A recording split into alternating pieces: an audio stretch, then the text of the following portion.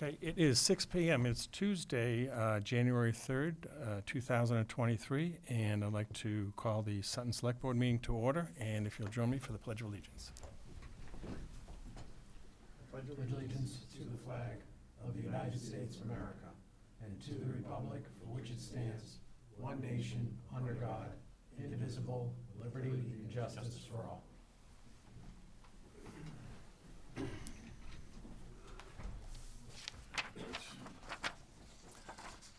Pursuant to Governor Baker's March 12th, 2020 order suspending certain provisions of the open meeting law, this meeting of the Sutton Select Board is in a hybrid format with both in-person and Zoom component. To join the meeting, visit www.zoom.us/join and enter meeting ID 836-9867-0226 with the passcode 348076. The meeting will be broadcast and recorded on local public access station Verizon 31 and Charter Spectrum 191, and live streamed on the town's YouTube channel when available. All right, so first we will take a roll call to see which of our members are attending in person or remote. David Hall in person. Jesse Lemanik in the flesh. Wendy Mead via Zoom. Jonathan Anderson in person. And Jeff Bannon in person as well. First up on our agenda is public forum. Public forum is limited to 5 minutes per topic. Discussion or comments about town employees or agency members shall be avoided so as not to violate an individual's rights. Is there anyone here for public forum? Mr. Peasy.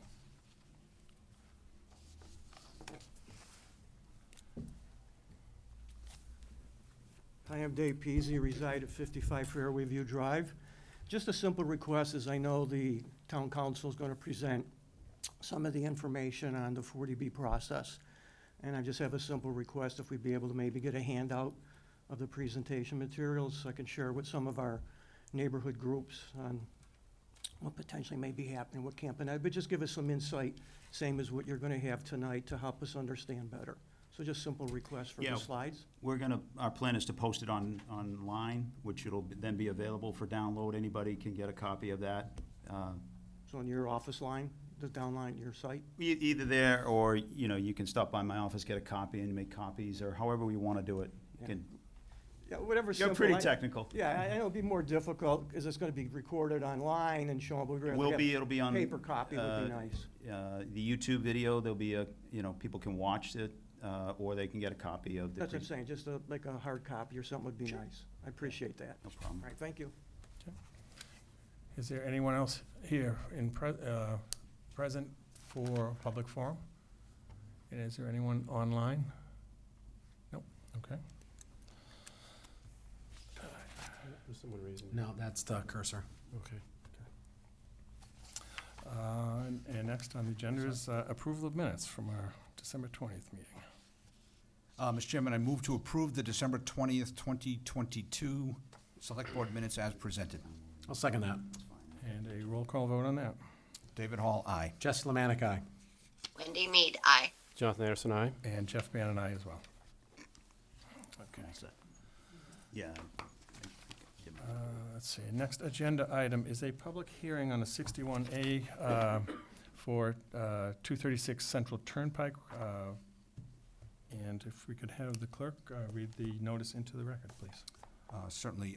As advertised in the December 15th, 2022 Millbury-Sutton Chronicle, Town of Sutton, Office of the Select Board, Notice of Public Hearing. Notice is hereby given that the Sutton Select Board will hold a public hearing to discuss the town's options under Mass General Law, Chapter 61A, Section 14, Tuesday, January 3rd, 2023 at 6 p.m. This hearing is regarding Chapter 61A property, which is located at 236 Central Turnpike, Assessors Map 25/Parcel 15, and further described as 10.52 acres out of the 20.68 parcel to be removed from Chapter 61A and sold, owner of record Deborah Kuczynski. This meeting will be a hybrid meeting held on the third floor of the Sutton Municipal Center, 4 Uxbridge Road, Sutton, Mass. 01590. To join with Zoom, please use meeting ID 836-9867-0226, passcode 348076. The public is welcome to attend. Thank you. Jim, if you can, Yes, Mr. Chairman. I'm requesting that the board continue this public hearing. We did get correspondence from Ms. Kaczynski and her attorney, Mr. Napick, requesting a continuance of this. Apparently, the purchase and sale is down to 4 lots versus the original 5. And obviously, the purchase price will go down as well. So the original purchase price was $950,000. We don't know what the follow-up, but we will get a certified purchase and sale agreement, and then present that to the board at that point in time. I'm hoping to do that by the next board meeting, which is on the 17th, if we receive all the material. If not, we'll have to push it forward into February. great, okay, thank you.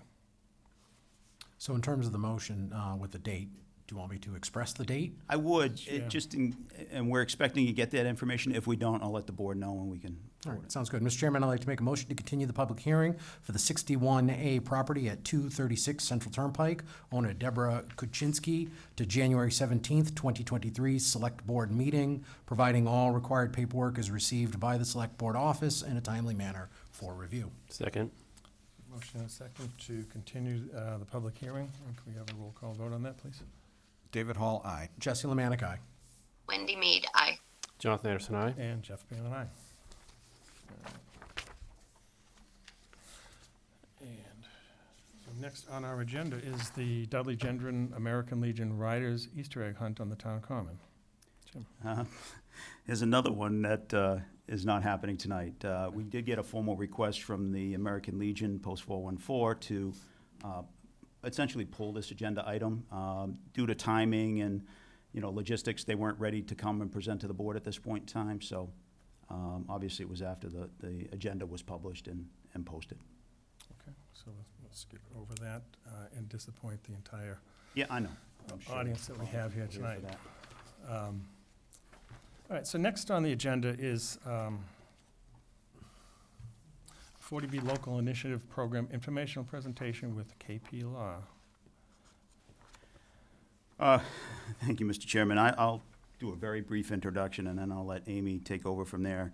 As you know, we have a number of potential 40B projects coming into the town. We met with the Campanelli development that's proposing one on Armsby Road. We met internally with another development on the Galaxy piece behind Market 32 and the former Lowe's site in the back. There's a residential section that's currently gated off, and and that's up on a hill. So and we had a meeting with Mr.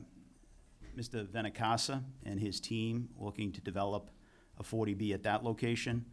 And there are a number of other 40Bs that are in process.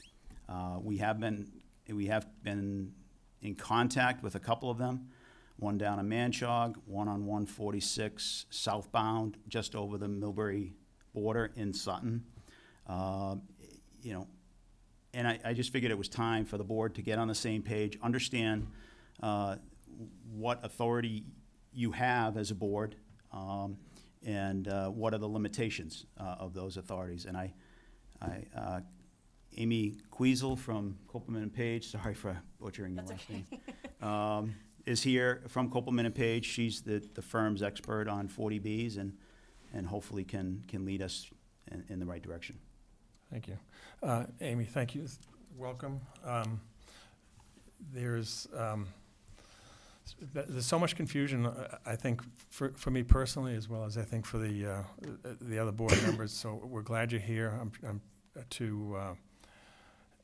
Hopefully, as Jim mentioned, there's a few of these kind of lined up here. So I think we need to know, does no mean yes, yes mean no, and all those other issues involved. So welcome. I think the board, if we could, we will hold the questions till you're done. Sure. And go through it Whatever's that way. easier So for make you. it, okay. So thank you. So, You okay? I'm gonna screen share, I think. So again, Amy Quessel with KP Law. And one of the things that I did want to point out first is my presentation is in regard to 40Bs. There's there's a very minor difference between a 40B and a LIP. The only difference is that with a LIP, local initiative program, the town signs on to the application. But the presentation is a general presentation regarding 40B. So, do I? Oh, thank you.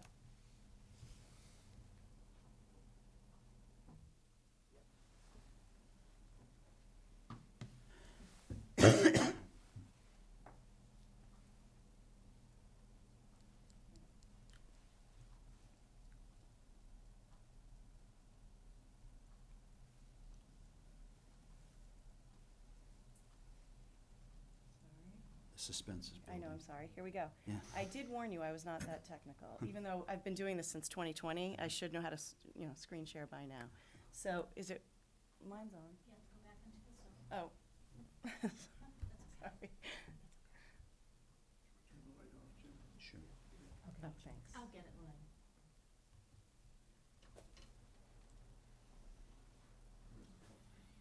No, it should. Anything for you, all I Mr. did was, Schaefer. yeah, I just reduced it. I didn't get out of it. That's what I normally do, and then it comes right back up. You thought 40Bs would go.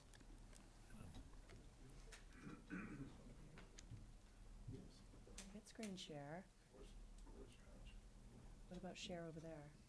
no, that's Okay.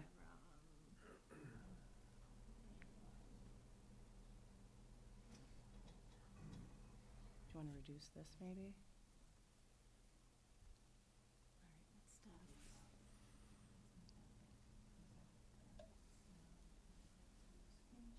And it's right down there, yeah. So hopefully, everyone had a wonderful holiday season. So Time sorry. for small talk. So sorry. It's not on your desktop, that's why. Enjoying the rain as opposed to the snow. I left my house, I'm sorry. No, that's okay. It's not on your desktop, that's why. What time are we serving tea? Yeah, I know.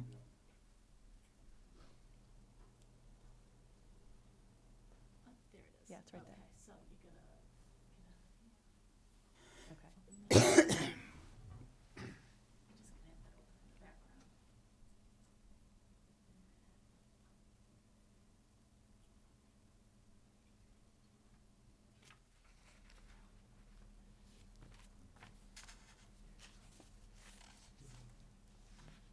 Oh. There we go. I usually just hit the Okay, right. okay, That's however usually you how wanna I do it. Yeah, thank you. So thank you. So again, Amy Questle with KP Law, Town Council's office. So with regard to 40B, 40B is, it's General Laws, Chapter 40B, and it's Sections 20 to 23. What it does is it enables developers to obtain a single comprehensive permit from the Zoning Board of Appeals for mainly, usually a residential development. Sometimes it can be mixed use, with commercial on the ground floor. But mostly we see residential developments. And the ZBA acts on all of the zoning issues that are raised, but they also step into the shoes of all other local boards. So any other board that would review the project, for example, Conservation or Board of Health or Planning Board, the Zoning Board of Appeals steps into their shoes. So it's one single permit for all of these different local regulations. Usually with 40Bs, the development is, it's usually a greater density than that's permitted under zoning, and it usually requires relief from other bylaws as well. Usually we see properties that have quite a bit of wetlands on them, so usually conservation is involved. Sometimes there's alternative septic systems, so Board of Health is involved, or wells or something like that. Projects are almost always, they're a mixture of market rate and below market rate housing. What I've been seeing for the past I would say the past 5 to 7 years, we've been seeing 80% AMI are the affordable units. We rarely see under 80% AMI. When I do, it's in places, the most recent one that I did was in Medford. Mostly we see the 80% AMI. So before the application is presented to the town clerk, what the town wants to do is they want to engage in comprehensive planning. They want to have an approved affordable housing production plan, which Sutton does. Your HPP, or your housing production plan, is valid until December 15th of 2024. You want to have a master plan, an open space plan, all of these things that the zoning board will need to refer to when they're thinking about approving, denying, or approving with conditions a comprehensive permit. The underlying theme of a 40B is consistent with local needs. It's a very important phrase. It's used for several purposes. A municipality is consistent with local needs if it meets certain thresholds relating to housing units and housing production. The most common are the 10% of the city or town the housing units are affordable. Low or moderate income housing occupies 1.5% of the municipality's land area. That's called the general land area minimum. It's called the GLAM calculation. Or a municipality is certified as being in compliance with a housing production plan. Those are all referred to as safe harbors. So the safe harbors, the most common safe harbor is the 10% housing stock. Right now, Sutton is at 1.7, but that's as of December 21st of 2020. I'm not sure if other units have come on. If they have, most likely won't change that number significantly. The 1.5 land area, the GLAM. The GLAM is extremely hard to accomplish. Again, I represent cities such as Medford that could not make the GLAM. DHCD has also issued guidelines that kind of make it impossible to reach. A safe harbor would be from a large-scale project. So in Sutton, your large-scale project is more than 200 units. That has to do with the fact that you have about 3,300 year-round housing units right now. And it's important to note that we are still using the 2010 census. And the 2020 census will come out this spring. They're anticipating that it will be completely rolled out by May. And when the 2020 census comes out, all of these numbers are going to change, and unfortunately, your 10% will probably go down. And then there's a related application safe harbor, which is if a developer applies to, say, the planning board for say a cluster development or a subdivision, and they're denied, they cannot immediately then apply to the Zoning Board of Appeals for a comprehensive permit. They have to wait 12 months. And then you can have a safe harbor based on your planned production, and that has to do with your affordable housing production plan. Again, Sutton, yours is valid until December 15th of 2024.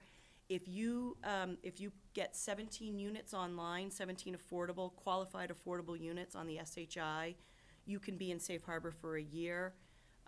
If you get 34, I was trying to do the math in my head, 17 times 2. If you get 34 online, you have a 2-year kind of they call it a safe harbor, but it's more like a hiatus.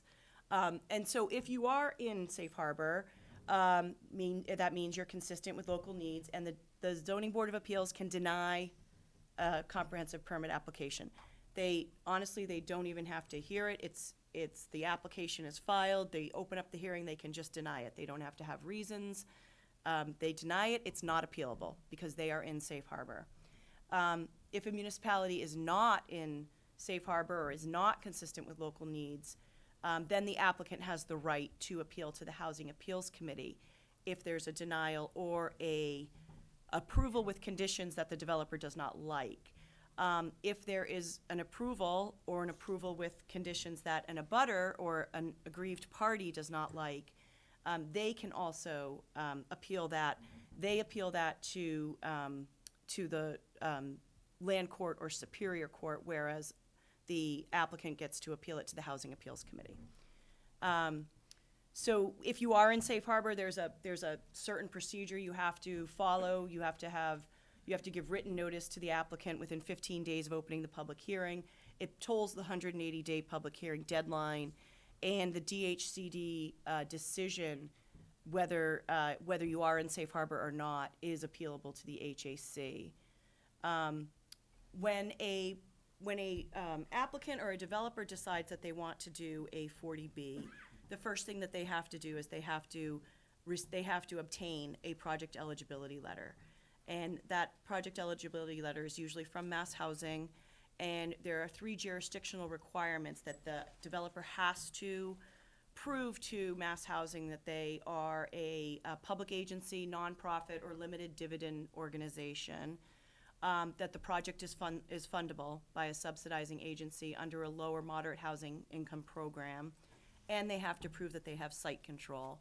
Often we see purchase and sale agreements proving site control. So when you have a project eligibility letter that comes in with a purchase and sale agreement, you want to make sure that that purchase and sale agreement stays valid, because sometimes the purchase and sale agreement will expire, and in my opinion, that's an argument that they don't have site control. However, they usually just automatically get some kind of new purchase and sale agreement, so it doesn't always work. So for a project eligibility letter, a developer has to, they have to submit pretty much the contents of their comprehensive permit application. They submit that to the subsidizing agency. Mass Housing will then notify the chief executive of the town, which is the select board. There's a comment period. It's usually 30 days, and there's a site visit. The comment period can be extended, but with permission from Mass Housing. And the issuance of a project eligibility letter is not appealable.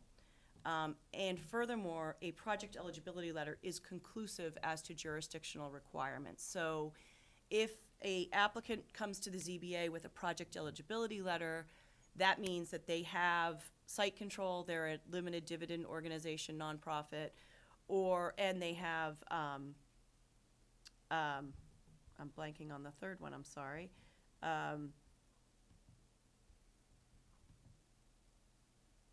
Wait, it's up here.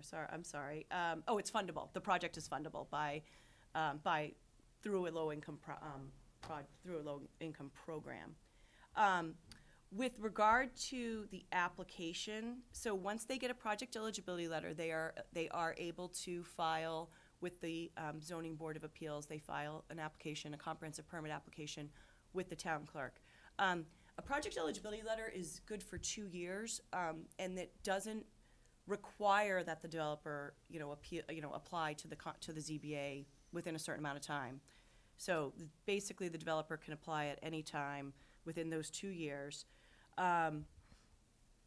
So normally, a zoning board will have a separate application for a comprehensive permit application. If not, a developer will, basically just take some kind of cover letter for the Zoning Board of Appeals, because it's very hard to correlate a comprehensive permit with a variance or a finding, and those are the other 2 things that a zoning board deals with. So the project, again, for the application, the project, as I said earlier, almost always needs relief from other boards. But in any event, the application, under the regulations, under 760 CMR 56, the application is required to be sent to all local boards within 7 days of it being filed. And a local board is anything you can think of. So essentially, I recommend sending it to everyone, planning, conservation, Board of Health, Select Board, Fire Department, Police Department, housing, any kind of housing committee, anything like that, historic committee, anything. Send it all out, tell them you've scheduled a public hearing, it has to be scheduled within 30 days. You tell them we need comments by this day. The ZBA can then, by getting these comments from local boards, the ZBA can then be guided as to whether they want to, grant a waiver from the wetland bylaw or grant a waiver from the Board of Health regulations. So the local board, input is very important, in my opinion. And the ZBA is not required to grant a waiver of any bylaw or local regulations, but they can do so, if it would be consistent with local needs. The ZBA is also not required to grant a waiver of, any bylaw or other local regulations unless the denial of that waiver renders the project uneconomic. So for example, an example that I come across quite a bit is when the Board of Health recommends that a on-site wastewater treatment plant or a public water supply be established on the, with the project on the property. If, for example, the septic flow is going to be under 10,000 gallons per day, then under 310 CMR 514, you can't require them to put in a wastewater treatment plant, and by requiring them to put a wastewater treatment plant in would make the project uneconomic, because they're essentially building infrastructure at that point. So once the local comments have come in, there has to be a hearing within 30 days of the application being filed with the town clerk. Once the hearing is opened, there's 180 days that the zoning board has to conduct the public hearing. Once the public hearing is closed, the zoning board has 40 days to draft a decision. Then they have 14 days to file it with the town clerk, and forward a copy to DHCD. It's always very important to forward a copy to DHCD, because that's what puts your units on the SHI. And you can mutually extend time limits in writing. Any extension should be filed with the town clerk, just to make sure. The public hearing, with regard to the public hearing, it's not going to be just one public hearing. The outside consultants are very important, in my opinion. Engineering peer review, wetland peer review, things like that. The ZBA is empowered to require the payment for the third party for the peer review from the developer, and that's under Chapter 44, Section 53G. It authorizes review and prepayment of the review. And what happens is the zoning board will get a proposal from a peer review. They can use a peer reviewer that they use all the time. They can use a different one. They can also use one engineering company that can do all of the reviews, or they can do a civil engineering review, a wetland review, a traffic review, a water or wastewater review. They could have many peer reviewers. The applicant really does not have the right to choose the reviewers. That's completely up to the zoning board. They can only object if the consultant has a conflict of interest, or they claim the consultant is not qualified. Everything with regard to a 40B with the zoning board is a majority vote, which is different than, for example, a variance, which is a supermajority. And all the waivers from the local regulations and bylaws is also done by majority vote. The decision, the standard is that the decision has to be reasonable and consistent with local needs, and to determine that, there's a balancing test, which is, does the need for affordable housing outweigh the valid planning objections to the details of the proposal, such as health, open space, safety? Oh, and I'm sorry, I have open space twice. There's a strong presumption in favor of housing. So the Housing Appeals Committee has essentially determined that housing outweighs everything. Municipalities don't have very good, we do not have very good luck at the Housing Appeals Committee. The decision, the regional need for affordable housing and the number of low-income persons in town can be considered. However, that the HAC also responds to that by saying that people can come into the town to live there too. We can't just limit it to residents. The health and safety of the occupants should be considered. The promotion of site and building design can be considered. Many applicants claim that it cannot, but in my opinion, it can. We're not by the promotion of site and building design, I'm not talking necessarily about density. So what I'm talking about is when you have you have multi-buildings, say multi-four-story buildings, you don't want to create this canyon effect. And so you'll get an architectural peer reviewer, and that architectural peer reviewer will say they can step back in buildings and still keep the same amount of units, something like that. That's what I mean by promotion of site and building design, and the preservation of open space. So one of the things, just touching on that a little bit, a zoning board simply can't say these are too many units and we're going to deny it. That really never works. With your decision, the zoning board has to apply requirements and regulations equally to subsidized and unsubsidized housing. So, for example, if there's a 15-house subdivision, you cannot require that they create a wastewater treatment plant if you have a 40B that's approximately the same density. You can't then make them, put in a wastewater treatment plant. A lot of times, there's a lot of pushback on how you're treating subsidized versus unsubsidized housing with regard to traffic mitigation. And I don't always buy that argument from the applicants, because traffic mitigation has to do with where the property is located, really.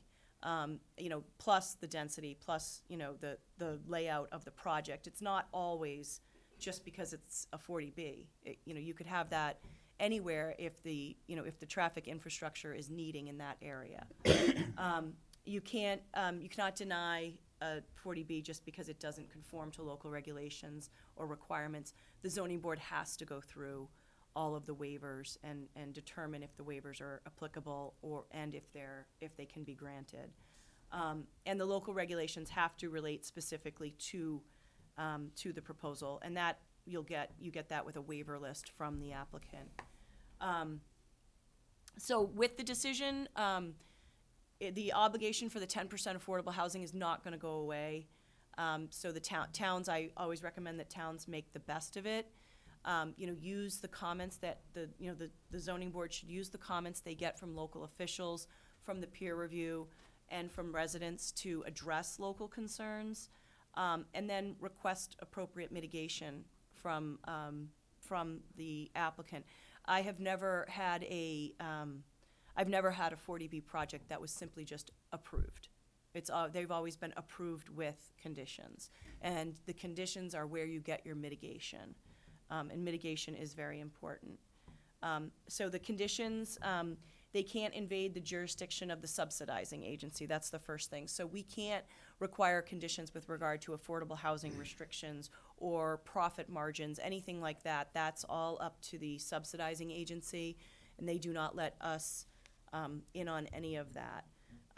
So an uneconomic condition is any condition brought about by a single factor or combination of factors that makes it impossible for a public agency or nonprofit organization to proceed in building or operating low or moderate income housing without financial loss, or for a limited dividend organization to proceed and still realize a reasonable return. So usually when there are conditions, but not, I will say, but not always, because I've had a couple projects that have gone to HAC where the applicant has not claimed uneconomic conditions. They've claimed conditions were outside the scope or something like that. And then with regard to the infrastructure concerns, as I stated before, the infrastructure concerns have to be directly related to the project. And again, unless the town has a habit of making every project upgrade the town's infrastructure, you can't then make a 40B do it. And a decrease in the units must be for valid planning or health reasons. For example, to put in a large septic system, to keep it away from a wetland to reduce breakout or something like that, the zoning board could say, you have to move your septic system, and then you're gonna lose some units. But there has to be a valid health or safety, reason. So again, the applicant can appeal a denial or an approval with conditions to the Housing Appeals Committee, and then other aggrieved persons can appeal pursuant to 40A Section 17, which goes to Superior Court, or Land Court. And then the last thing is that after a 40B is approved, and usually it's either when the applicant is finalizing their financing and all of their approvals with their subsidizing agency, or when the applicant is in the middle of constructing it, there are modifications that need to be made. Modifications, what will happen is the applicant has to send a letter to the zoning board requesting the modification. The zoning board has 20 days to determine if it's substantial or not.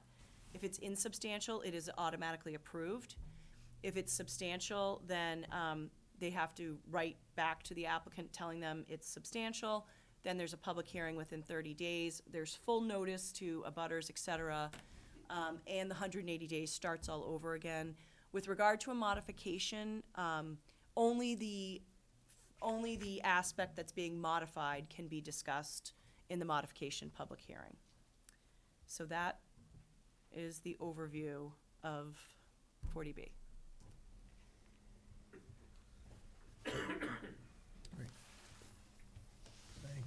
Thank you. It may have resulted in more questions for you, but. It's okay.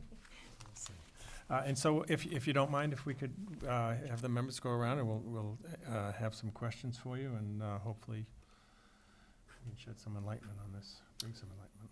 David? Thank you. Amy, thank you. Appreciate the presentation.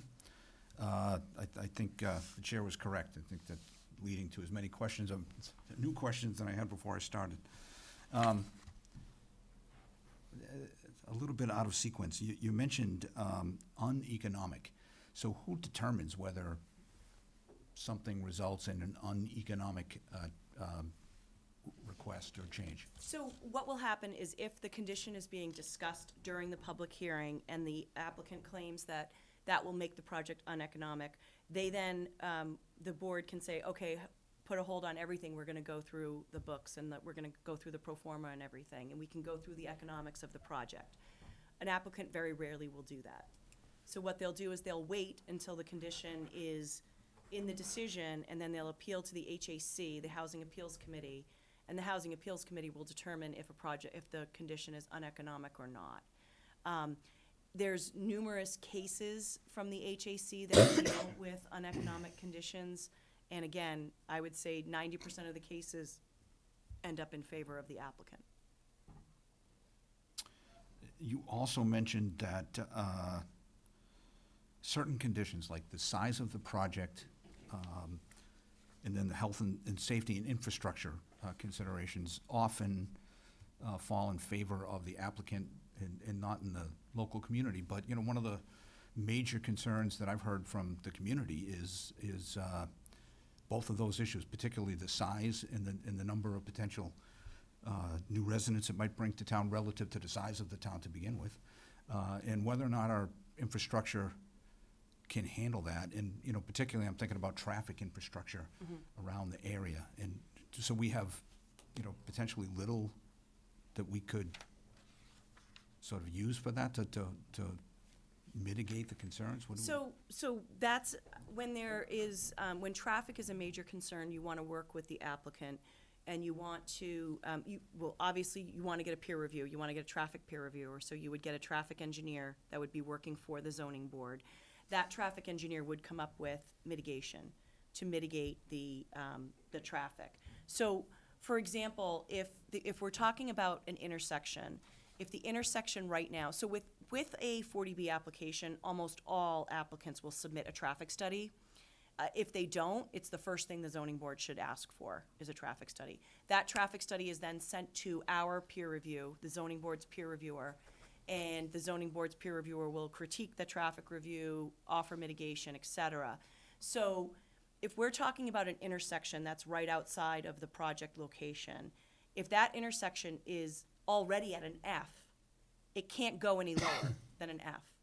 So traffic intersections are graded just like they're graded from A to F, just like school, although I think there's an E in traffic. But so if it's already at an F, it can't get any worse, and we really can't require that the applicant mitigate that. Now, if, for example, it's at an A and it's going to go down to a C or an F or a D, that perhaps is something that we could fight. We could fight, we could claim to, we could go to the HAC and say, no, this is a significant, we need mitigation because this is a significant health and safety. So, unfortunately, usually the traffic, the intersections, et cetera, it's already at a low grade. So your presentation focuses on what happens at the ZBA level. Yeah.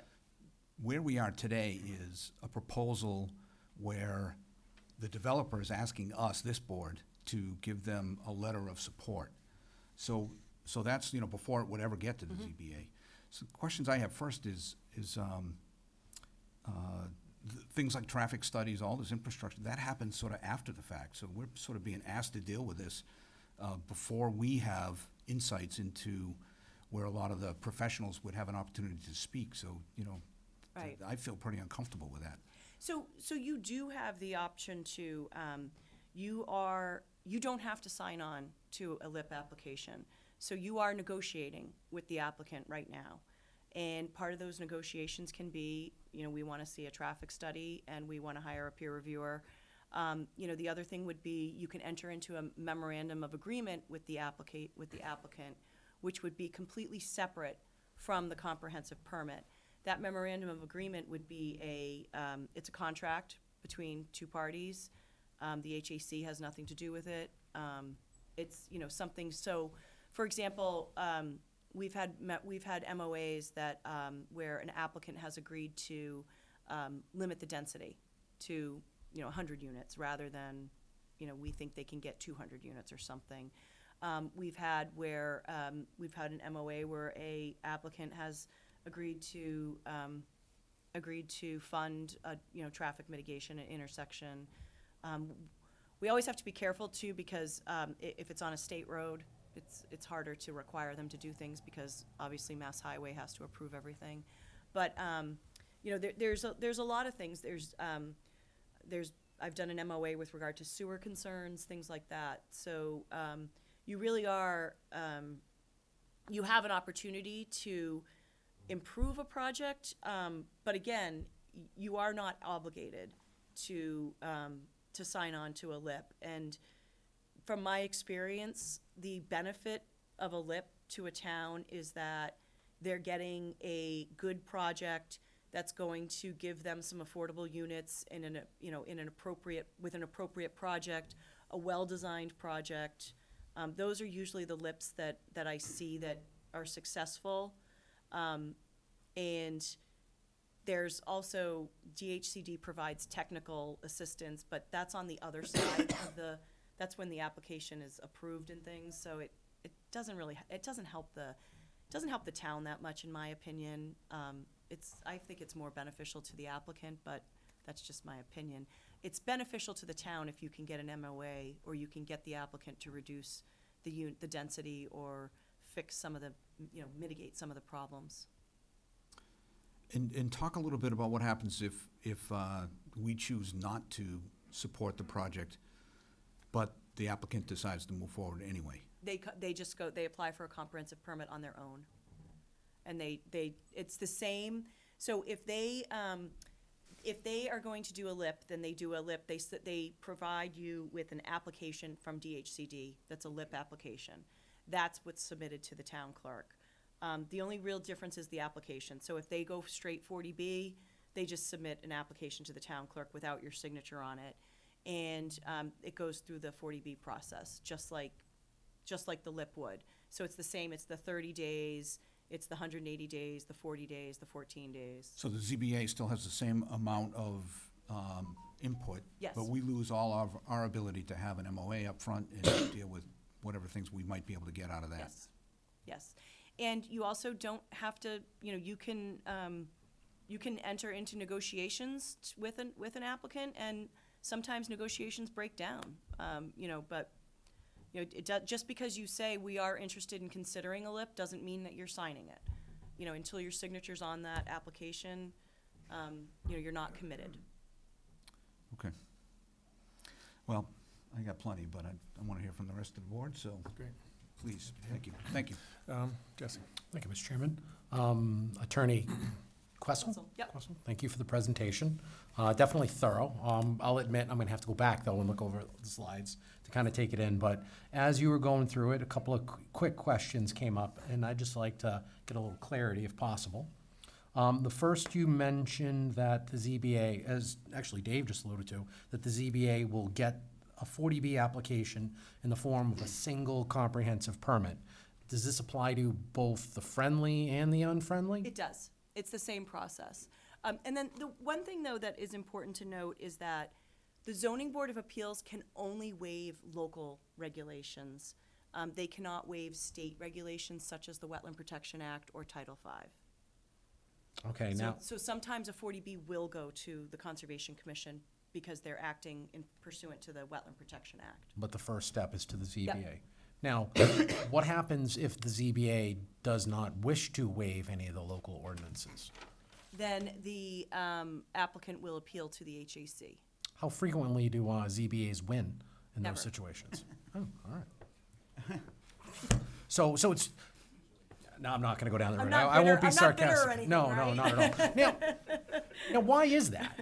I understand that, because we're all talking through the lens of politics, and this is all politics. Why has it been impossible hill to climb for municipalities to push back? Because some of these projects are actually detrimental to the well-being of the community. So the last project that was it wasn't straight out denied, but there was conditions put on the project, and it was a project in Stowe. Stowe has they have no municipal water and no municipal sewer, and this large septic system. There was scientific evidence that the septic system could pollute the neighboring abutters' drinking water wells, and so HAC did uphold that decision. That was back in maybe 2016, and it went all the way to the SJC, maybe to 2018, I think. And that's the last time that a municipality has, so-called won. So it has to be a very significant and real concern. It's because, and again, I can't speak for the legislature, I can't speak for the governor, and I can't speak for the HAC, but I do know that their major concern is affordable housing, and affordable housing outweighs all other local concerns. For example, as I'm sure you know, the legislature just enacted 40A Section 3A, the MBTA housing or the housing choice. It's called a whole bunch of different terms where municipalities are now obligated to provide more dense housing around transportation hubs, things like that. It's the legislature. Yeah, I know. We won't go down that road. I don't want to do politics, that's for sure. But yeah, it's definitely concerned. Again, the point that you made had to do with the health and safety of the occupants, obviously, and the residents in the area. You gave a good example of that, because one of the questions I had in what regards that would be one. What if, say, a 40B came in, multiple units, we won't put a hypothetical number on there, but it was determined after the fact that maybe they didn't have access to town water, town sewerage. They put in a septic, and it started actually draining the wells of residents in the area. What type of action could a town take retroactively? Or could that be something that was foreseeable that maybe you could raise as a defense? Yeah, it should be foreseeable, because we would have civil engineering peer review. And if there was a concern regarding, regarding water or septic, we could even have a wastewater peer review, something like that. If a comprehensive permit is out of compliance, that is enforced by the building commissioner under the zoning bylaw. Okay. All right, well, that's something. Going back to traffic, one of the proposals that came before us is gonna access onto a tiny road that actually comes off the highway. So the highway access is probably better than the narrow road. You mentioned before that if the road is graded a certain way or an intersection is graded a certain way, you couldn't put the restrictions on the builder to put infrastructure improvements in. But what if the situation is that due to most of the roads in Sutton are old farm paths. And so we don't have sewer going underneath. We don't have sidewalks. You know, most of the roads, if you drive through the back roads in town, you're lucky if you get a car and a half at some points. So if a builder wants to go in and do a project on a massive scale, would that be a situation that could potentially justify the required infrastructure, even though it was pre-existing? So, again, there's nothing wrong with the zoning board asking and trying to get that mitigation. I did just recently have a project with a 18-foot road, no sidewalks. We did ask for the road to be widened 2 feet on each side. The board initially asked for sidewalks. They gave that up during the HAC process, and HAC did not require them to widen the road. So, Their traffic peer reviewers said that it was, ours didn't, but theirs did. So when you're looking at an 18-foot roadway, that's,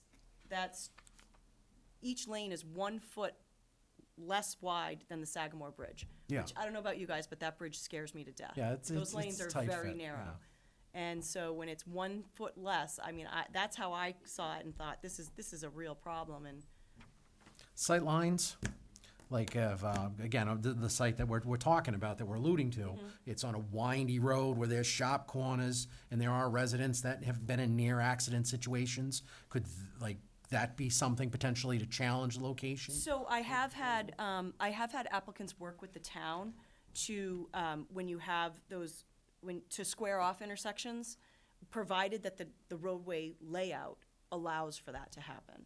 And again, that's when it's a town road. If it's a state road, we don't have as many options. Right. But from the amount of applicants that I've had that were amenable to doing that, I'm assuming it's not very costly to square off intersections rather than have these weird turns. All right, thank you. The last question I have, you mentioned earlier in the presentation, I don't remember which slide it was, that you alluded to something that a project would be fundable by a subsidizing agency.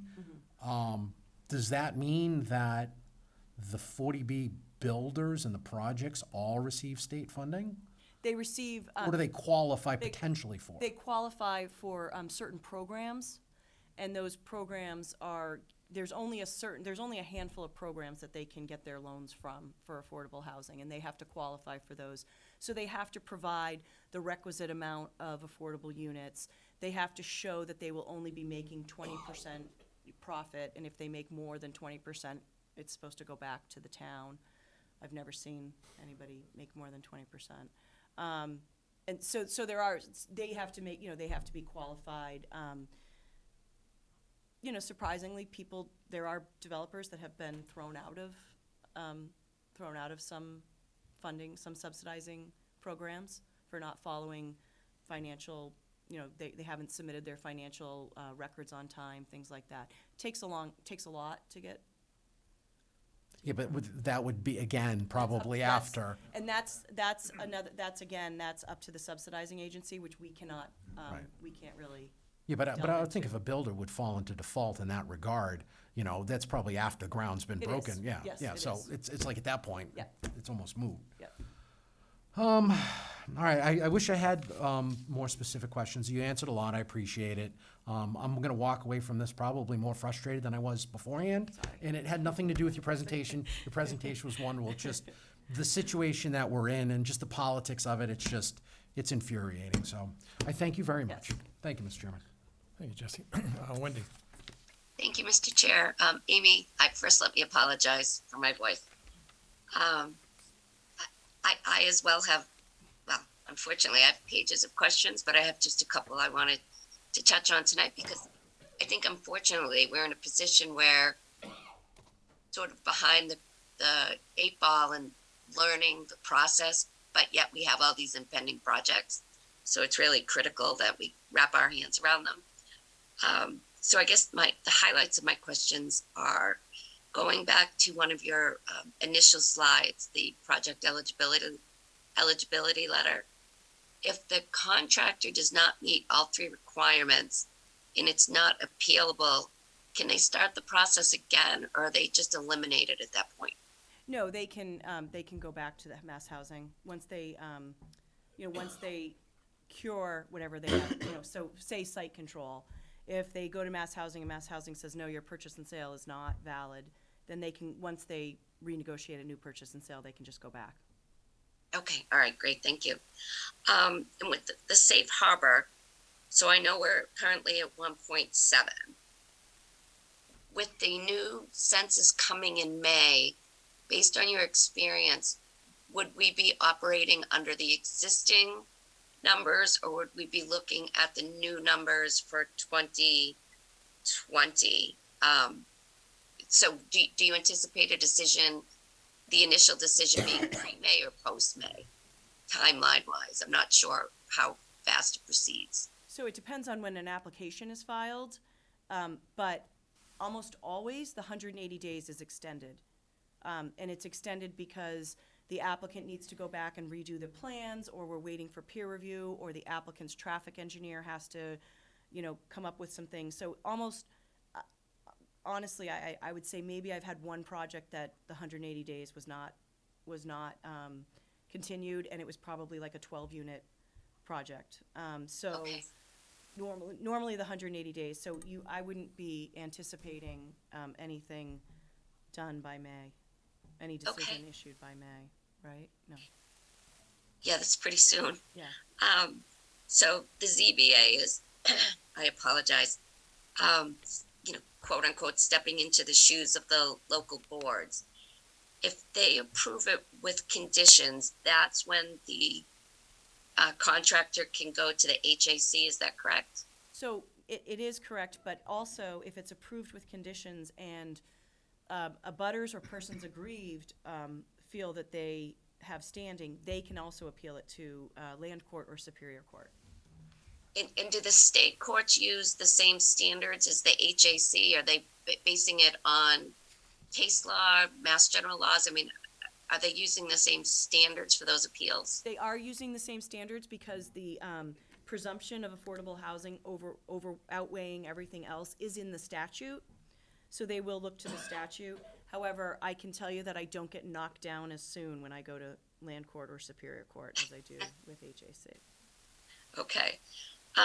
So if we enter into an MOA and the contractor agrees to it, and for some reason we think they're operating outside the terms of the MOA, we're not an aggrieved abutter and we're not the developer, is there anyone that we can appeal to? Would that be the ZBA? No, Who that would be who would we go to? that would be a breach of contract claim in court. So then we would end up in state court litigation over the breach. Yes. If there's not, I mean, an MOA can have a mediation clause, it can have an arbitration clause, it could have a whole bunch of things, but normally that would be the circumstances. Okay. I'm sorry. To what extent, looking at the density basis, to what extent can a project be denied if it doesn't conform with the local regs? So is there a standard out there that says, it must comply with 72% of the local regs? Is there a specific standard There's that needs really to be not. applied? There's No. really not, unfortunately. So what you have is you have almost all of these 40Bs are in, a residential neighborhood. So it could be, say, an R60 zone where it's 6,000 square feet for one house, and they're going to come in with, 100 units. So it's just a completely different animal. Okay. Just two more questions. I know this isn't perhaps your specialty, and I know our planning director, Jen Hager, has talked to us before, but from town council's perspective, can you talk about the impact of needing to maintain the affordable housing percentage, or is that something you're not comfortable speaking to?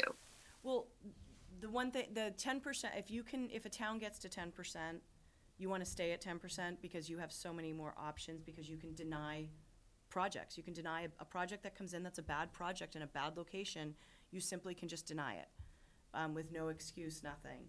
And I have one town that's at 16%, and 2 years ago permitted another 40B.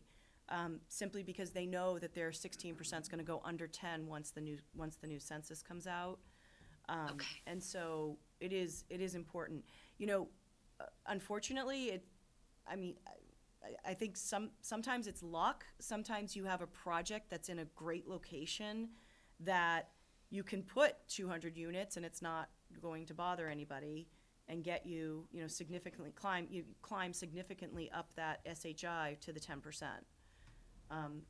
It doesn't happen all the time, obviously. And I think what a concern is for the town as a municipality is if we don't reach that 10%, the risk that we run as a town to enter into litigation against the town for not meeting that standard. So it's a real balancing act for us to, make a determination if one of these proposed projects makes sense, or if we decide they all don't. We still are leaving the town at risk for being sued for not meeting that 10%.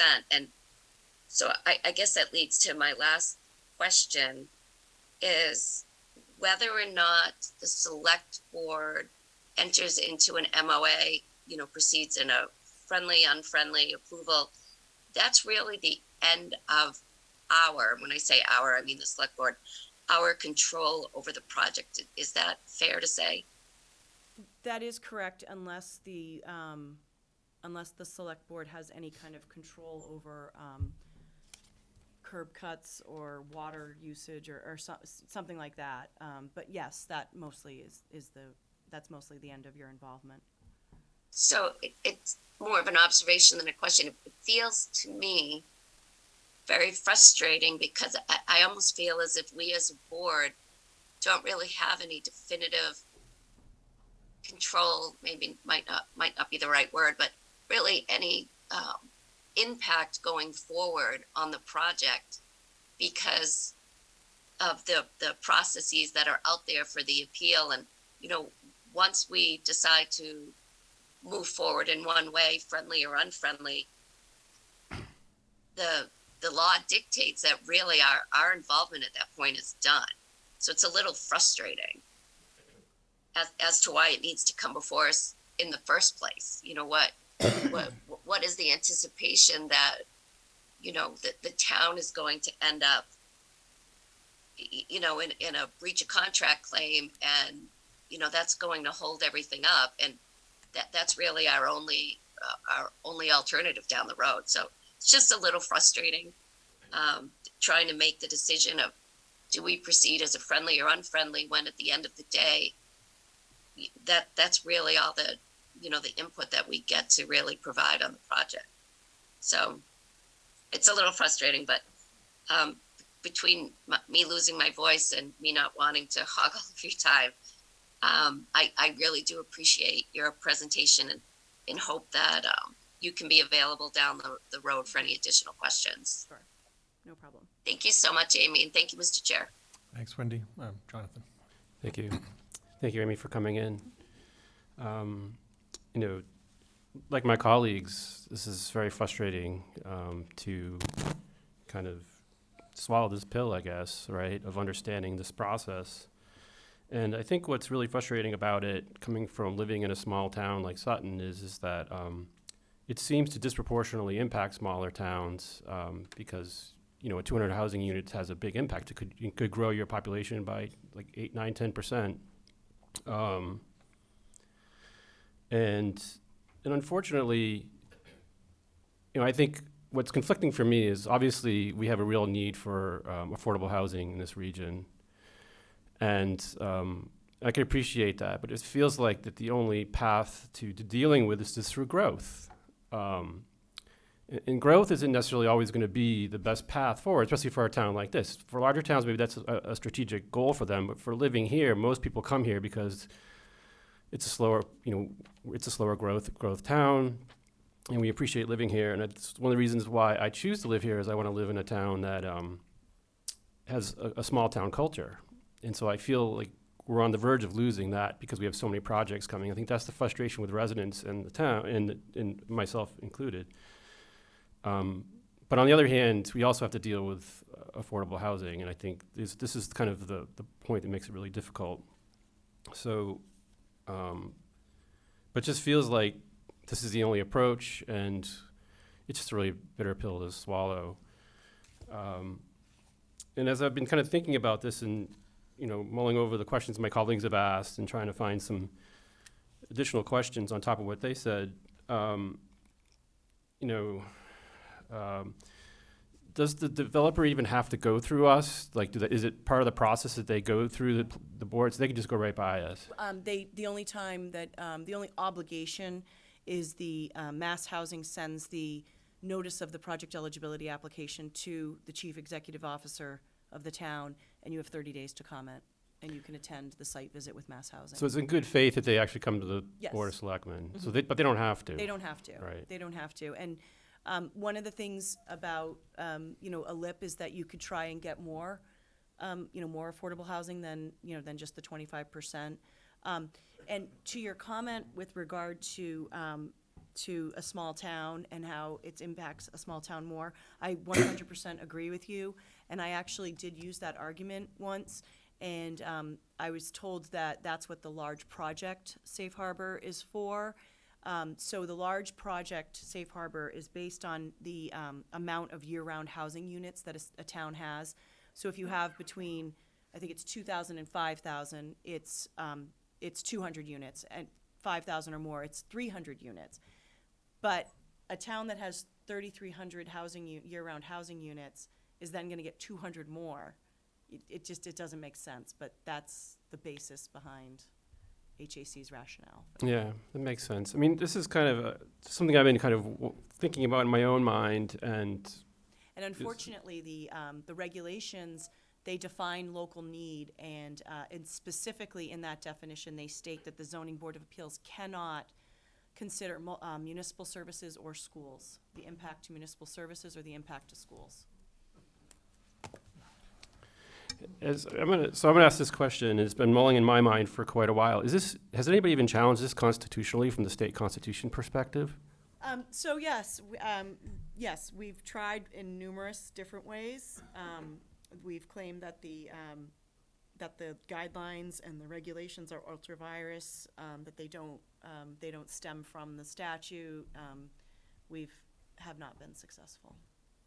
I mean, this coupled with the the new MBTA communities, it just seems to be such overreach, because now you're adding on the MBTA community, and now Sutton is considered an adjacent community to an MBTA community, so now we're going to have to do zoning for really low-density housing. 15, probably 15 units per acre, right? Yeah. Yeah, I mean, that's a lot. That's a lot. That's a lot considering, most zoning is 1 acre zoning, So it really seems to me that pretty much the state is looking to urbanize the entire, from Worcester County inward, it seems to me. So, Yes, I don't see a lot of 40Bs in our western towns. yeah. So they are, and just recently I'm seeing them on the Cape. But other than that, they're Worcester East. So it seems like we should be contacting our state representatives. Yeah, but I think people, 40B's been around since 1969. Yeah, it's been around for a while. Have they tightened it up a little bit recently, or is it? No, the regulations haven't changed in quite a while. Yeah. The Housing Appeals Committee, the hearing officers have not changed much. So really, there hasn't been much change. The one thing I will tell you is that I've been seeing more and more 40Bs lately. So I don't know if there's some great kind of loans they're getting, because it kind of surprises me, because I know that I know that material costs are still high. But I've been seeing quite a few. I I have, mean, my theory is that because the private sector, with the interest rates being so high, yeah, people aren't, They must that's be slowing getting- down, so now they're turning their attention to keep their crews yeah, they must be going. getting good rates. I Yeah. don't know. Let's see. As far as the safe harbor, can we use that to our advantage? So, for example, we have like 4 or 5 projects coming before us. We have a developer who's really interested in negotiating with us, and we choose to say, okay, let's choose this one to negotiate with. Well, it doesn't matter because they can just go around us. Because I was thinking, well, could we get safe harbor by getting that one project forward? Because we only need, I think you said, 34, you 30 need 17 for a year and 34 for Yeah. 2 years. And 2 years is a significant amount of time, honestly, when you're thinking oh about yeah, this. However, the problem is that you have to have those 34 on the books, on the SHI, prior to another developer filing an application with the town clerk. okay, so they could rush to get them all at the same time. Oh my gosh. Yeah, because that was part of my thinking You wanna know was, what's even worse? I No. had one. Yeah, you want to hear? Yeah, sure. I'm like doom and gloom. Yeah. I had one developer that he had a project in the town, and he had 2 units left. And once he built those 2 units and got COs on those 2 units, they were going to be in safe harbor. But he held off building those, and then he applied for another 40B on the other side of town. And we objected to DHCD and everything, and we got nowhere. So, yeah, because my thinking was we approved the one that's going to have the least impact, get safe harbor. Yep. Mm. And then you can work on, you could work on things, you could work on, LAU units, which is local action units, which is, a lot of those are converting buildings to, veterans housing or, something like that. But it's the conversion of buildings rather than building new buildings, or building a small development for, 12 units, say. But those take time. Yeah. Yeah, ultimately, I think that's what I'd like to see is more emphasis on trying to turn existing stock into affordable housing rather than just through growth, because growth has bigger impacts, and growth is not always the path to a better community. I've seen that on many communities that have just grown so fast that traffic issues, I mean, especially out like towards Hopkinton, places like that, I mean, traffic is brutal. So, all right, that's all I have. I really appreciate this because it's good for us to know what I call the what's so, the reality of things, because then we can make better decisions. So thank you very much. Thank you, Jonathan. Amy, thank you again.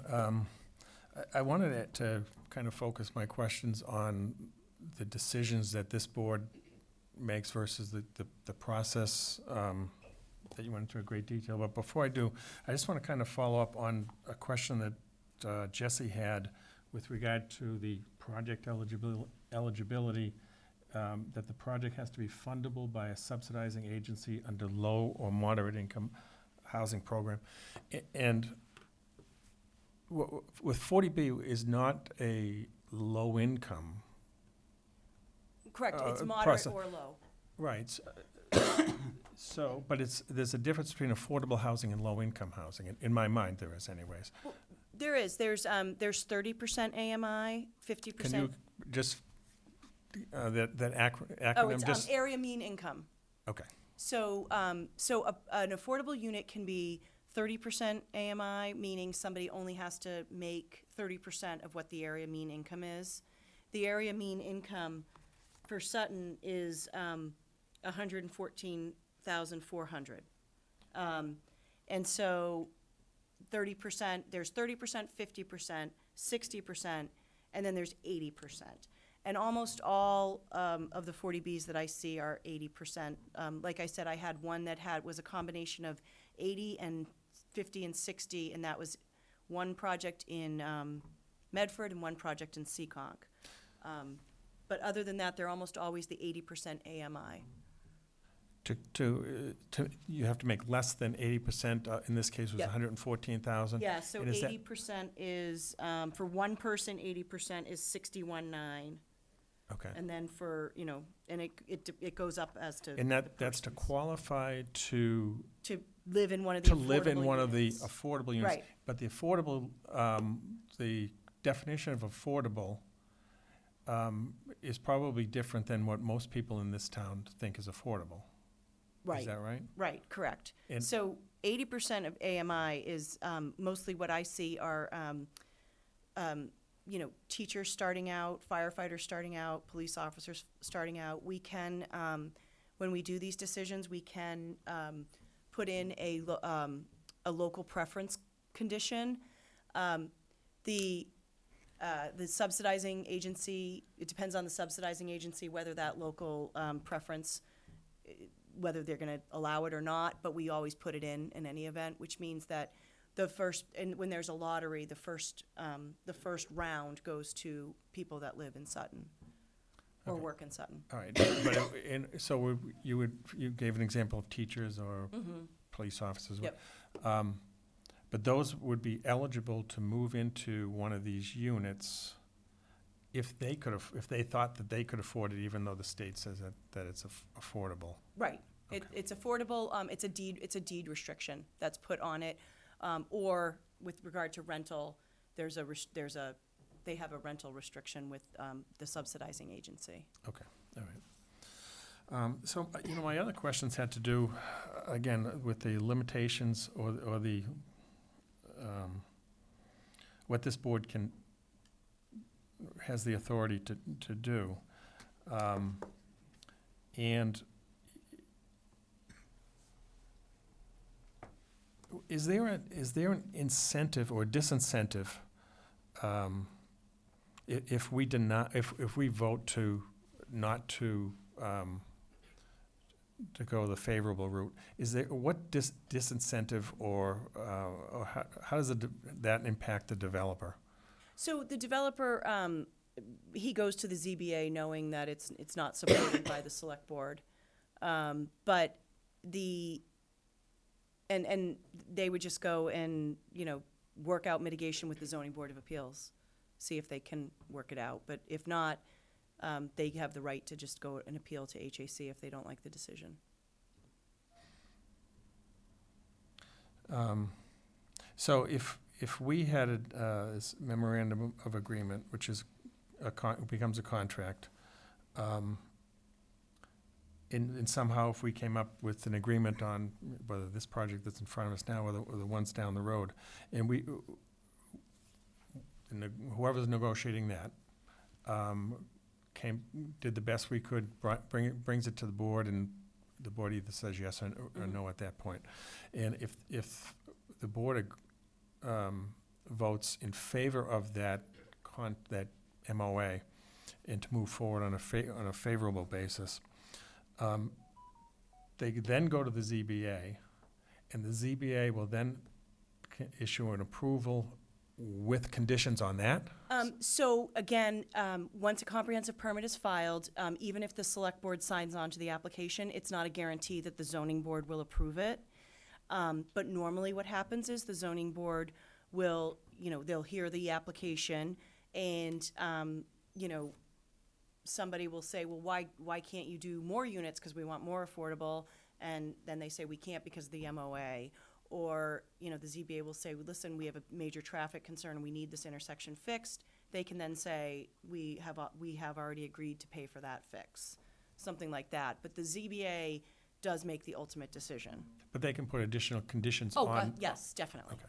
I would never let a ZBA issue an approval without conditions. So just for a frame of reference, my decisions on 40Bs are anywhere between 39 to 40, 40 to 50 pages long. And that's Okay. the condition. I mean, there's findings, there's quite a few findings, and then all of the conditions. All right. One of the things that, you know, I'm trying to, that I struggle with is if we go enter into negotiations for this MOA, what kind of time restrictions are we operating under for those negotiations? Because I think you talked about constructive approval if we Yep. if we delay this too long. So you're not, because you will not sign the LIP application until the MOA is negotiated and signed. So they can't apply to the zoning board until the memorandum of agreement is signed and the LIP application is signed. Then they file it with the ZBA, and that's when all the timelines start. And if you miss a timeline, if you miss a time frame, it's constructive approval. So if we were to delay this decision, just whether, you know, They could simply just turn around and say, we're no longer negotiating and we're filing an application with the zoning board. okay, so that would be filed Unfriendly. on an unfriendly Yeah. basis, Yeah. okay, all right.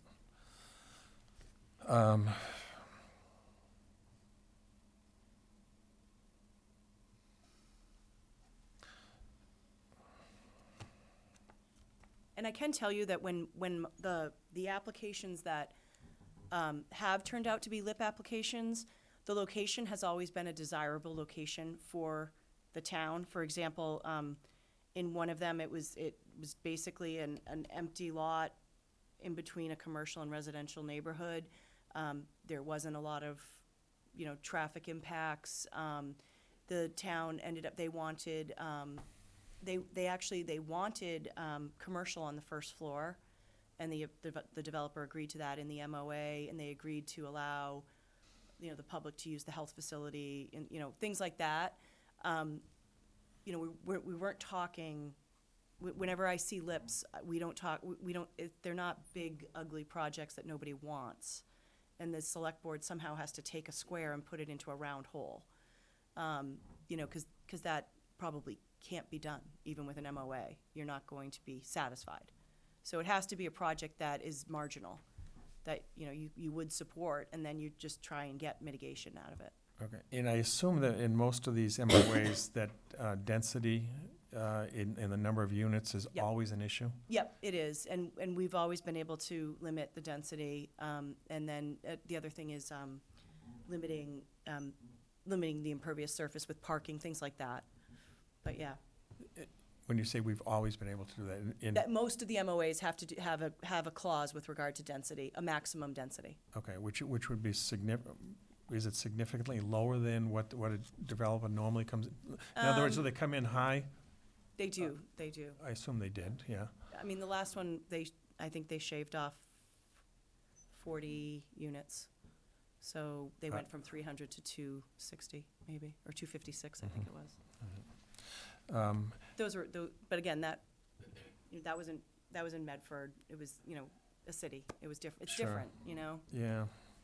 So the safe harbors that, that we talked about, in the 200 units, that's 200 affordable units? No, Or 200 units total. Okay, And that's the large project for your town, because of your year-round affordable housing is approximately 3,300. But again, that could change with the new census. right, And then it would bump up to 300. okay. But let's just assume it's at 200, and this, we have a project before us that's over 200 units.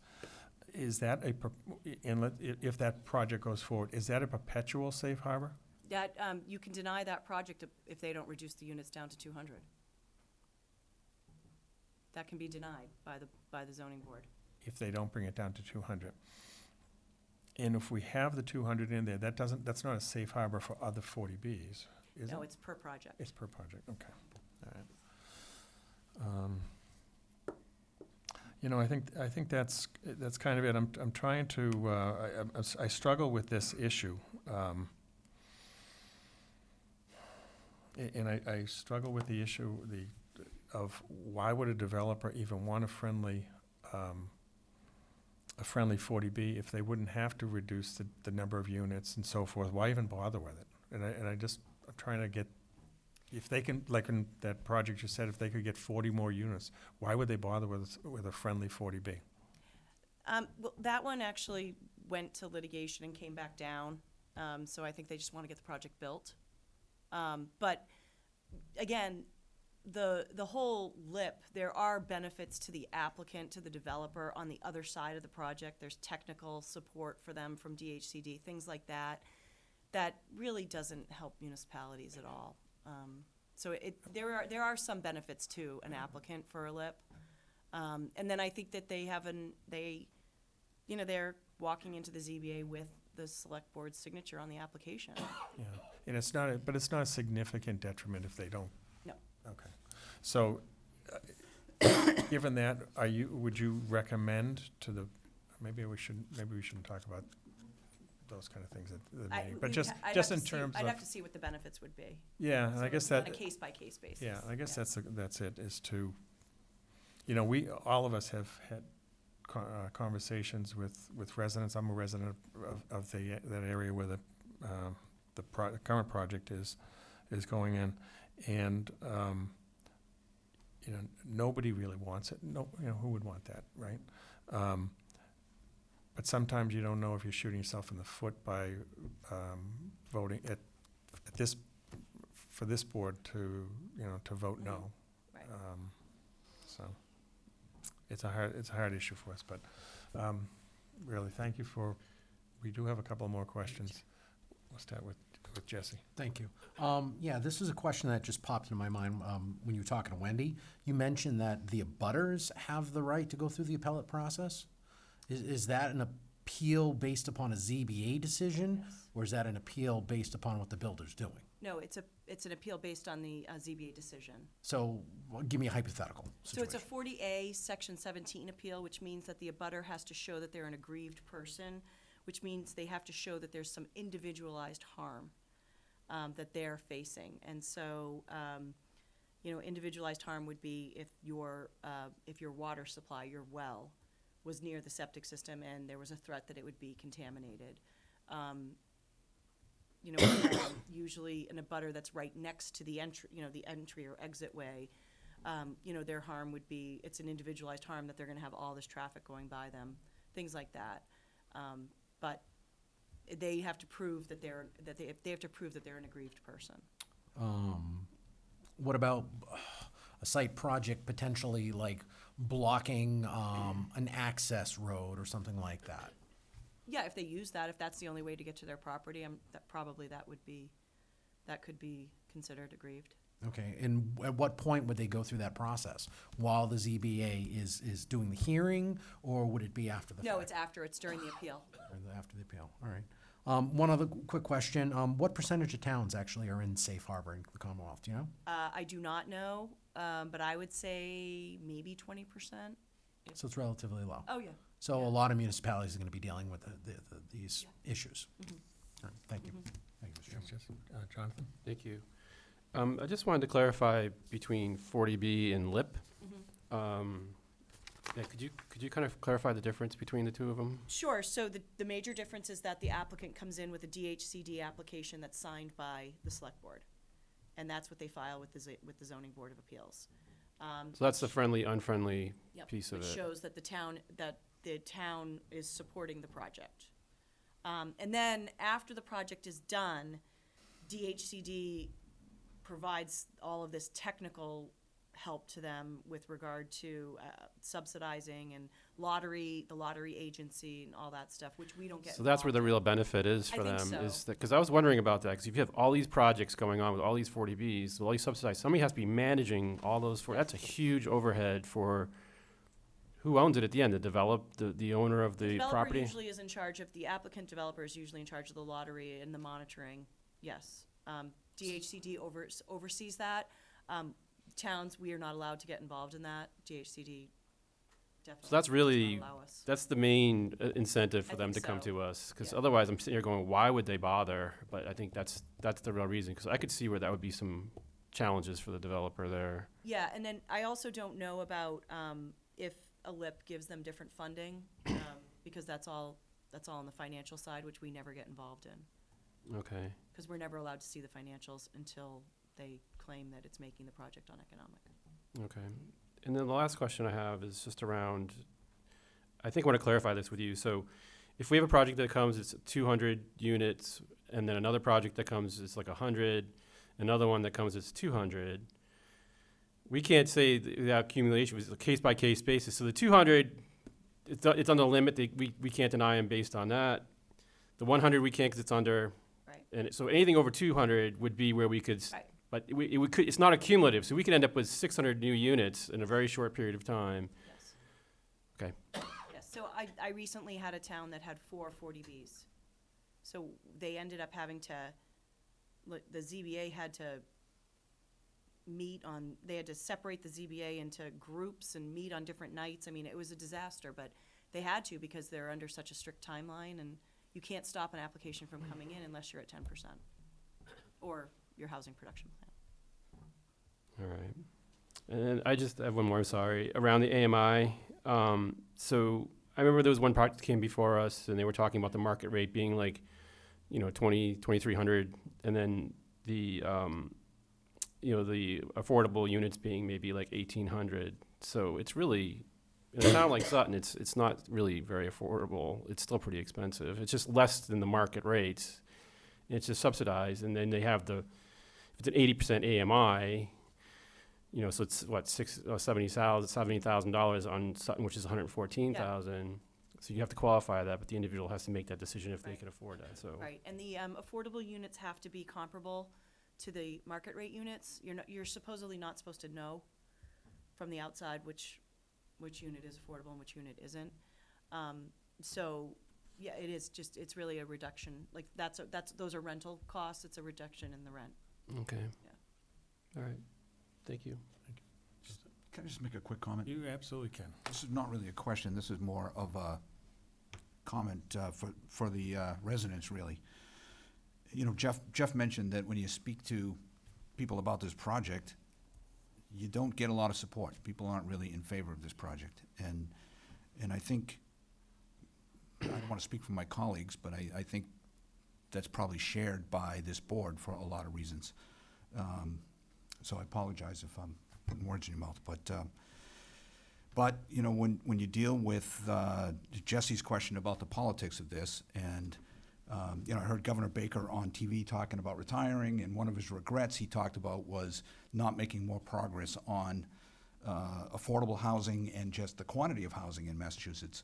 I think the politicians in Boston see housing as a real economic issue for the growth of the Commonwealth over time. So whether we like it or not, they're pushing this at us. And so the 40B law, the MBTA communities law, when you learn about that, is not a lot of fun.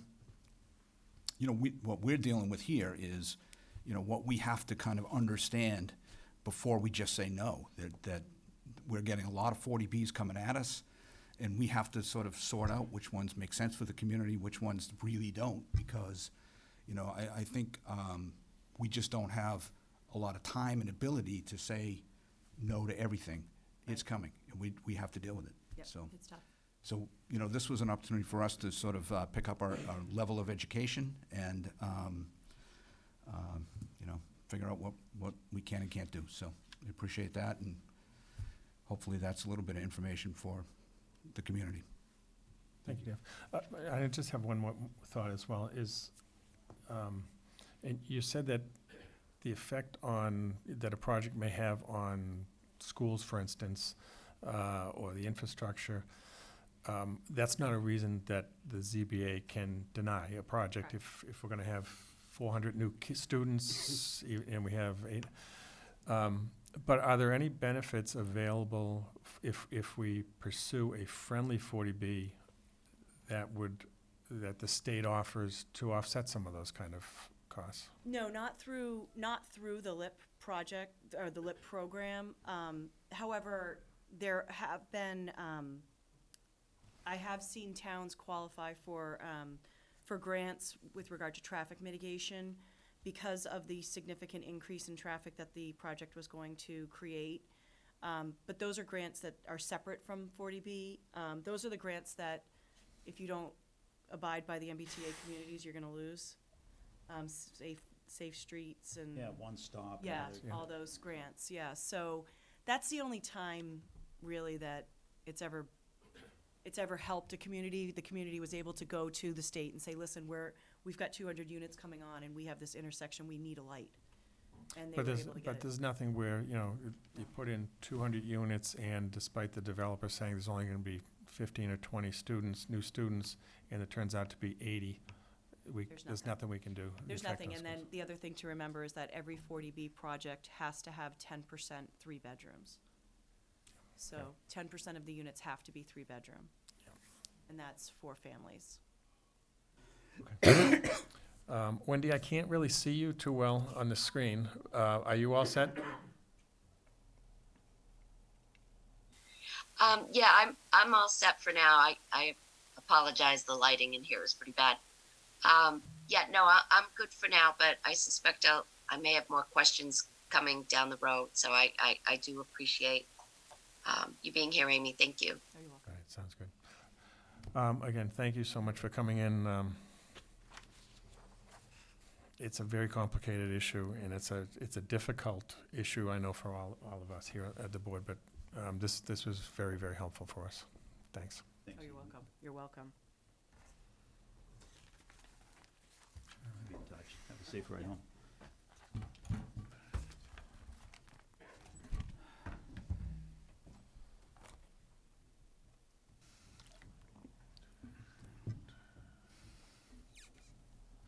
All right, so next on our agenda is the town manager's update. Thank you, Mr. Chairman. The first is out-of-district special education costs. They continue to increase and are putting a real burden on the school department budget.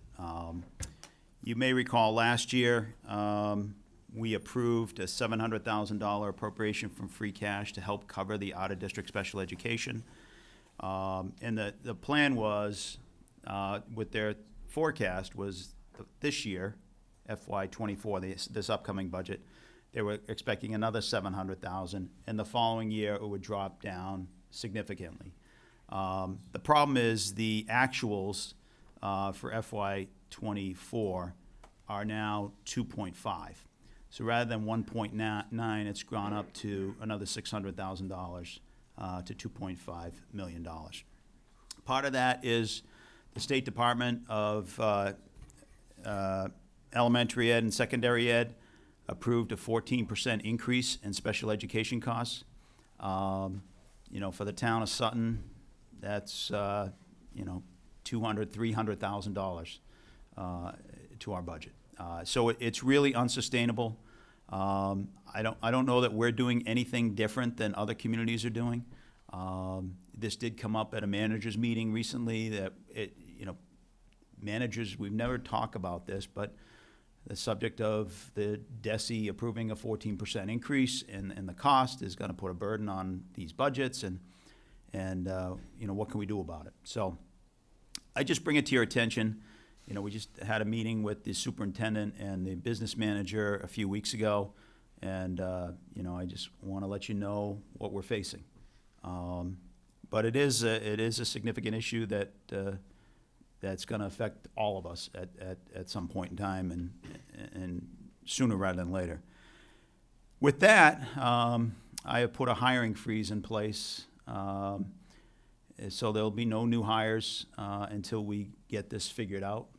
The worst situation for me is to hire somebody and then lay them off 6 months later. That doesn't seem fair, especially in this job market. It's not fair to us or the employee. Same with the school department. They put a hiring freeze in place as well. And they're going to continue to work on their budget, trying to, you know, figure out how they can lower these costs in any way feasible. But it is a real issue. I think this year's budget, we will make it. We're going to push some of our revenues higher. You know, as you know, we've been very conservative in our budgeting. And I've always talked about a cliff a couple years away. It's always been a couple years away. Unfortunately, that cliff is coming on real quick. And in large part, I think, to the increase in special education costs. That number's grown from 1 million in FY '20 to 1.5 in FY '24. So that's 2.5. So a $1.5 million increase over 3 or 4 fiscal years. So that's just unsustainable. And that's why we had to throw $700,000, and we also pushed some of the revolving funds, you know, drew down those accounts to balance this budget. So it is, you know, I shared this information with the department heads this morning, they weren't happy about it, but they're professionals and they'll, you know, do what needs to be done. The fire department received an award of $15,439 from the Executive Office of Public Safety and Security and Department of Fire Services. A lot of this is for fighter safety equipment, turnout gear, and other types of gear that they are required. As was mentioned this morning, we get a lot of these little grants, and we've been very successful at getting them.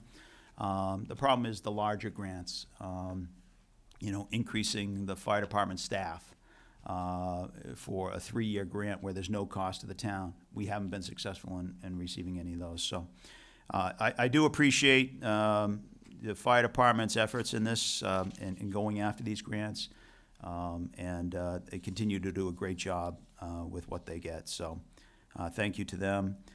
The Sutton Center Cemetery sign has been installed adjacent to the Hearst House on Boston Road.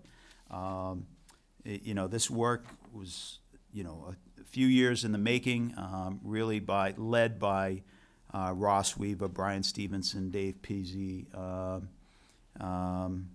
you know, and John Belcafini. There are a few people that were just real leaders of this, but there were so many helpers to assist them with this project. The town contributed $2,300 for the cost of the sign, the bracket, and this, you know, the granite post. But again, the Historic Society, these folks installed it. Really no additional work on our behalf, and we appreciate everything they've done. Marion's Camp sign, a sign within Marion Camp was damaged, and Creative Sign Works of Millbury removed, remade, and reinstalled the ground sign at Marion's Camp. As soon as you enter the gate, it's facing you, says Marion's Camp on it. They did all this work pro bono, and you know, we want to thank Creative Sign Works for their donation, which was really nice. That's all I have for updates, Mr. Chair. Thank you, Jim. Wish it could have been more uplifting to start the year, but Happy New Year. yeah. David, do you have any comments? Sure. I was going to say great update as always, but Yeah. Yeah, right. sure, I really feel that way. You know, unfortunately, with the sped costs, I think at the time that we appropriated an additional $700,000 last year, and we talked about where that number was going, it didn't feel all that realistic, really, that we might be able to see that go down over time. You know, a 14% increase with the way inflation has been, with the way cost of labor is. If you come to where I work and you see where our labor numbers have gone, those really aren't all that surprising to see that. I mean, sped is a labor-intensive process, so you know that's really where you're spending money. You're talking about people helping people. So, but you know, for no particular reason, you know, I highlight the word unsustainable because it does feel like it's unsustainable, and yet, you know, there's not much we can do about it. It is kind of is what it is. So, it's unfortunate. You know, I sort of agree with your the need to sort of put a hiring freeze on while we look at this. You know, it is difficult for all the departments. I think about a brand new superintendent at the school department dealing with you know, both issues, the budget issue, you know, and a hiring freeze at the same time. It's not the best environment to walk into, but yeah, I think she'll do well with it, but that's what we have to do, so it's difficult. You know, I understand what you're saying about the grants and the larger grants and the smaller grants, but we really benefit from all of the grants that we've gotten over so many years. So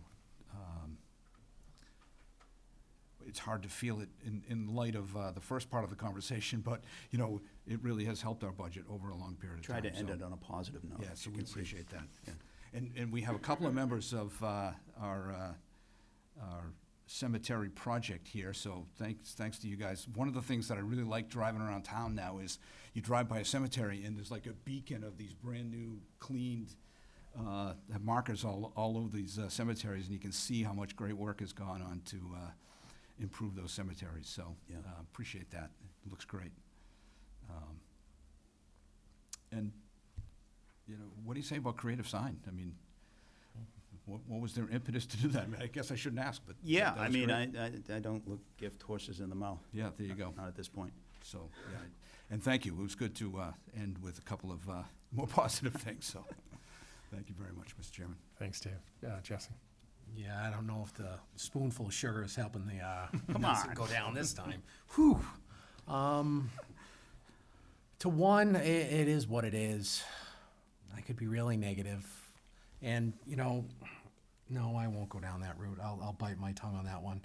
I have faith that the financial team will be able to deal with it.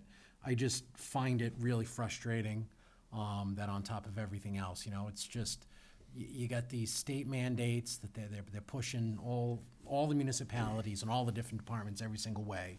And then on top of all that, you just kind of get this. And I know we're not the only town dealing with it. Yeah. And I understand to your point, okay, it's a service-intensive field, but it's like, come on, you know, give us a little break just to be able to digest the situation that we're in, but I don't know. Yeah. I don't know. And then it circles back to the point that, you know, one of the points that we had for the 40B presentation was the impact education costs. Well, what happens if we have a significant percentage of those that are entitled to services? You know, it's just not good times, not good times. So I agree with the hiring freeze. Does the school side see any forthcoming retirements? Yeah, the superintendent talked to me about a couple of positions that she's going to leave vacant. You know, as additional retirements come on, she'll work with the committee to make decisions that, you know, unfortunately, we're in that situation where we've got to tighten our belts.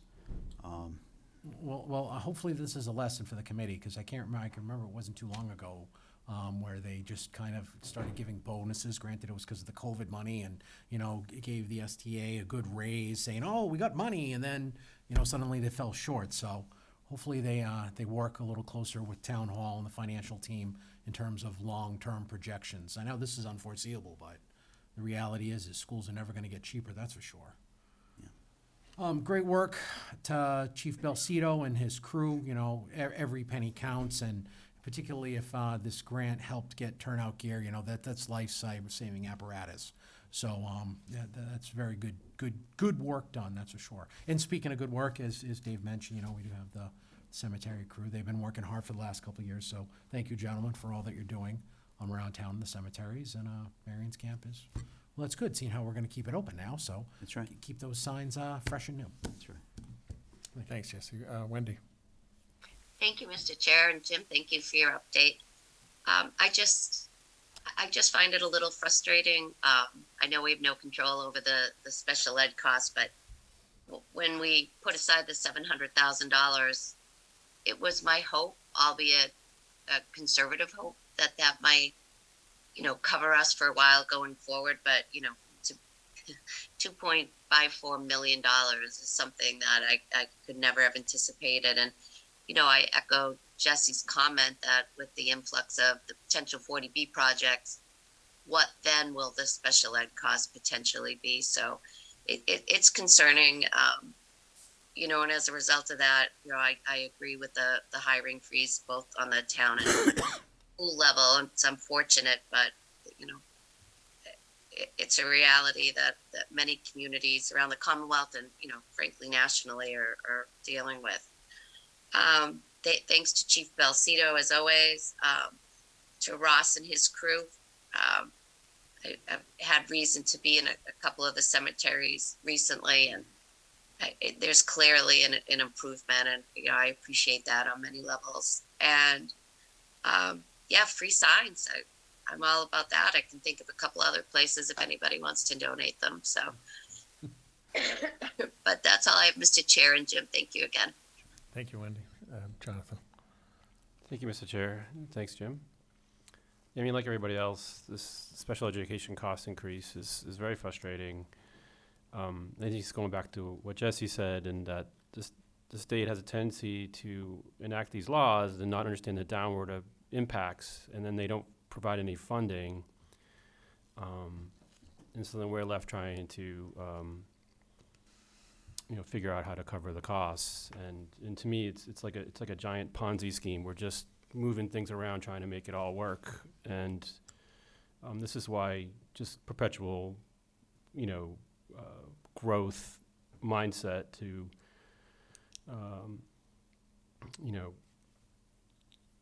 run our communities just doesn't work. And Yeah, that's the cycle we're in. yeah, I mean, if you're not growing, then how are you gonna afford services? yeah. So that's the big challenge, and we've really, as a culture, have got to figure that out because it's not sustainable and it won't last. And that's the reality. And I think we're seeing the beginning cracks of that right now, and people need to start paying attention to it. Which leads to the hiring freeze, which is frustrating, but I think it's the right thing to do. Always thankful of, Chief Belcito and the work he does to get grants so we can continue to improve his department and, keep our overall costs down. As far as the cemeteries go, I'm just very appreciative of all the work that's happened in the cemeteries, and the sign is just like kind of the cherry on the top. Yeah. It's just amazing the amount of volunteer time that has gone in, and the improvement just being in there, during the Halloween events and having the ability to learn about more in depth and listening to Ross talk about it. Listen to you talk about it. Yeah, it was pretty amazing, Colonel. and I was really grateful to be there and to see just the incredible, how beautiful the cemetery is. So I just really appreciate all that work, and just seeing the sign there is just another improvement in the amount of work that's gone into it. And as far as Marion's Camp goes, I'm just really appreciative of Creative Sign Works. It's just a really great gift. It's just, again, what I'd like to see more companies do, and unfortunately it usually is left to our small companies Yeah. to do this, where a lot of larger companies don't necessarily pay attention to it. But I'm really appreciative of these companies who really see the community as an important part of, they're part of the community, and they show it this way. So I'm really grateful for Creative Sign Works for being part of our community. Yeah. That's all. Thank you, Jonathan. Thank you again, Jim. As far as the special education, it's good to hear that we can hopefully get through that this year. But there's only so many arrows in the quiver as you go forward, so we'll see what happens with that. But I think, the point's been raised by a couple of members about the impact that a 40B project might have on the school department, and it doesn't take an awful lot. If you get one or two kids that need intensive care or out-of-district tuition, I mean, all those rosy projections that they came in, all the big benefits that we as a town will realize if we had only approved the project. I think we have to kind of take that into account when we're thinking about it. Hiring freeze, what else can you do at this point? And once again, Chief Belcito does a great job with the grants. I'm glad you mentioned the Sutton Cemetery sign, and I'm also glad that several members of several of the individuals that were involved in that were able to be here tonight. So thank you for that. I just agree with I agree with everyone on the board that as to how much improved the cemeteries are right now. And thank you to Creative Sign Works. And next to last on our agenda is announcements, Select Board Roundtable, correspondence, and business topics. David. Just a couple of things. I think there was mentioned a number of times about special education, and just for clarity, there's nobody on this board that believes that the students that require special education don't deserve that, and we're not talking about not providing necessary services to people. But as many of us have talked about, the system for funding that is just not sustainable, and it's basically broken. So I just wanted to make that clear. Also, I wanted to thank Wendy for staying home today. It's good for all of us.